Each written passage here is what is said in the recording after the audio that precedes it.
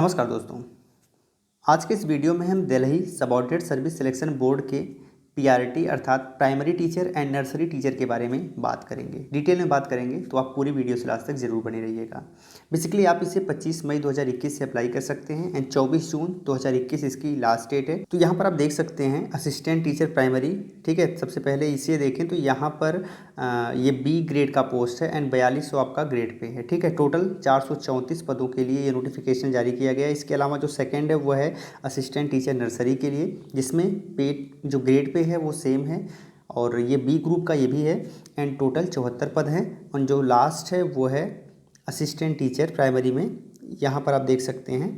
इसके अलावा यहाँ पर भी ग्रेड पे बिल्कुल सेम है, 4200 बी ग्रुप का पोस्ट है एंड 120 पद हैं। चलिए इनके बारे में डिटेल में बातें कर लेते हैं। तो सबसे पहले हम डिस्कस कर लेते हैं असिस्टेंट टीचर नर्सरी के बारे में। बेसिकली इसमें 74 पोस्ट हैं। ईडब्ल्यूएस के लिए 2 है, जनरल के लिए 52 है, ओबीसी के लिए 8 है, एससी के लिए 9 और एसटी के लिए 3 है। अब इसे वही अप्लाई कर सकते हैं जो कम से कम 12th पास हों 45% मार्क्स के साथ।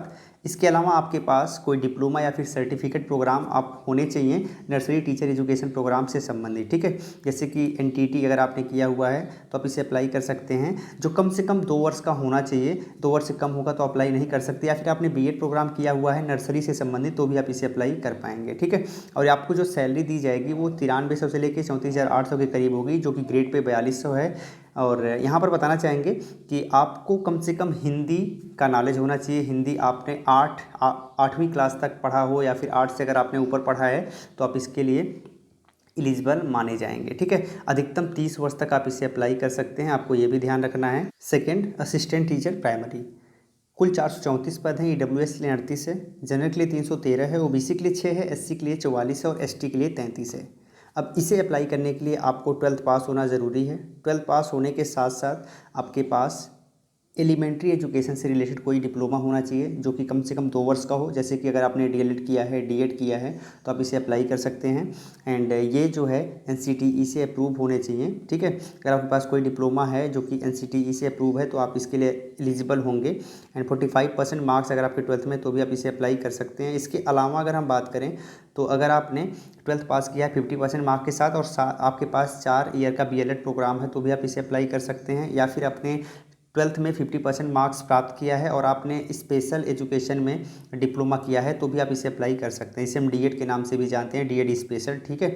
एंड अगर आपके पास ग्रेजुएशन की डिग्री है, साथ ही 2 वर्ष का एलिमेंट्री एजुकेशन में डिप्लोमा है तो भी आप इसे अप्लाई कर सकते हैं। तो ये सारे के सारे सर्टिफिकेट अगर आपके पास हैं, डिप्लोमा है तो आप अप्लाई कर सकते हैं। इसके अलावा आपको सीटेट पास होना ज़रूरी है, ठीक है। एंड कम से कम हिंदी, उर्दू या फिर पंजाबी या फिर इंग्लिश में से कोई एक आपके सेकेंडरी लेवल तक सब्जेक्ट के रूप में रहा हो। अब यहाँ पर 5% क्वालिफिकेशन मार्क्स में रिलैक्सेशन मिल जाएगा SC, ST, OBC, pH category को। और यहाँ पर भी 9300 से लेकर 34,800 आपको सैलरी होगी।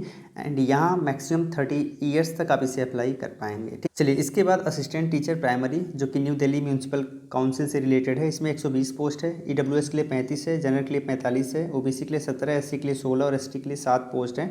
इसके लिए 12th आपको पास होना ज़रूरी है 50% मार्क के साथ। यहाँ 5% छूट है एससी, एसटी को, जबकि 2 वर्ष का डिप्लोमा भी आपके लिए अनिवार्य है, जो कि डिप्लोमा हो या फिर सर्टिफिकेट कोर्स हो, जैसे ईटीई हो, जेबीटी हो, डाइट हो, बीएलएड हो तो आप अप्लाई कर सकते हैं। डीएड हो, ठीक है, डीएलएड हो तो आप अप्लाई कर सकते हैं। इसके अलावा 10th तक आपके पास हिंदी एक सब्जेक्ट के रूप में होना चाहिए और सीटेट आपको पास होना चाहिए। एंड कंप्यूटर का नॉलेज भी यहाँ पर मांगा गया है। ग्रेड पे 4200 है। ग्रुप बी का नॉन मिनिस्ट्रियल पोस्ट है एंड 9300 से लेकर 34,800 आपकी सैलरी है, ठीक है। अगर हम बात करें यहाँ पर एज लिमिट की तो मैक्सिमम 30 वर्ष तक आप इसे भी अप्लाई कर पाएंगे। तो हमने लगभग तीनों को यहाँ डिस्कस कर लिया है। इसके साथ अब हम इसके एग्ज़ाम पैटर्न के बारे में डिस्कस कर लेते हैं।